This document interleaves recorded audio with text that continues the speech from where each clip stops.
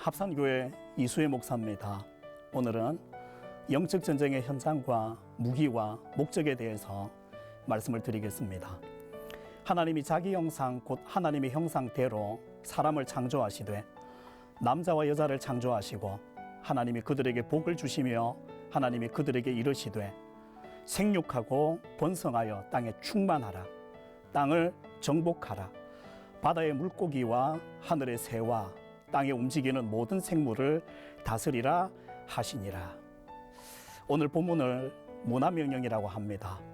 문화명령은 하나님 나라 만들기 명령입니다. 이 명령은 마태복음 28장의 제자와 삼는 지상명령과 같은 명령입니다. 우리는 하나님의 나라를 만들어가는 영적 전쟁을 하는 자들입니다. 그러면 영적 전쟁의 현장은 어디일까요? 영적 전쟁의 현장은 교회를 핍박하는 원수들 앞이라기보다 가정이고 직장이고 삶의 현장이고 교회 안이 바로 영적 전쟁의 현장입니다. 마귀는 영적 전쟁을 착각하게 만듭니다. 우리는 그 안에서 복음을 잃지 않고 복음적 가치를 살아내며 사랑을 잃지 않고 긍휼을 잃지 않고 자비를 잃지 않고 화평을 잃지 않으므로 의와 평강과 희락의 나라인 하나님의 나라를 만들어가는 것입니다. 이것이 영적 전쟁이라고 하는 겁니다. 두 번째로 영적 전쟁의 무기는 무엇일까요?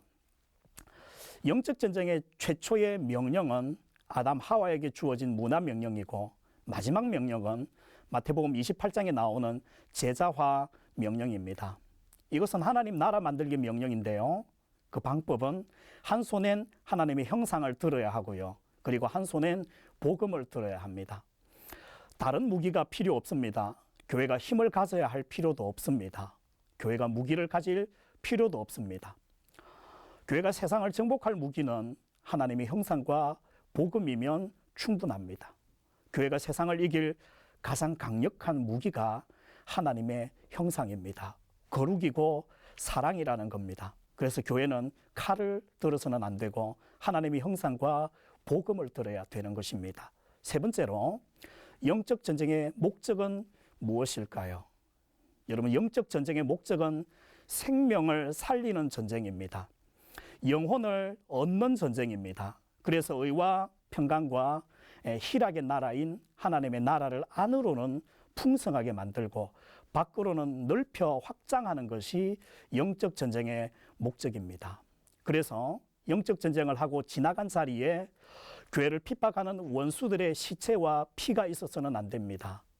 그렇게 한다면 그 교회는 영적 전쟁에 실패한 교회입니다. 오직 영적 전쟁의 현장에는 교회가 원수들에게 얻어맞은 피와 시체만 있어야 된다는 것이죠. 쾌바디스 도민에 잘 아실 겁니다. 이 희극의 줄거리는 베드로가 로마 대화재 사건 이후에 죽음을 피해서 도망을 가고 있는데 그 도망가는 그 현장에서 예수님을 만나게 됩니다. 베드로가 예수님에게 묻습니다. 예수님 어디로 가십니까?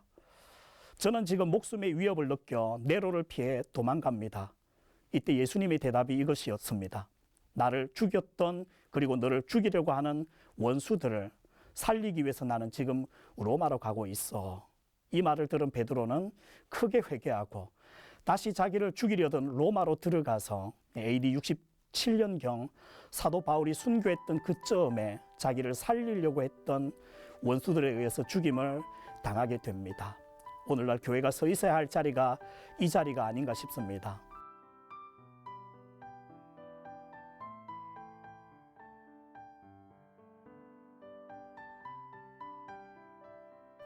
이것이 오늘날 교회가 서 있어야 할 영적 전쟁의 자리인 듯 합니다. 그리고 그들을 살려내는 것이 영적 전쟁의 목적이라고 믿습니다. 그래서 영적 전쟁의 현장과 무기와 목적을 가지고 영혼을 살려서 하나님의 나라를 풍성히 만들어 가시기를 간절히 축복합니다.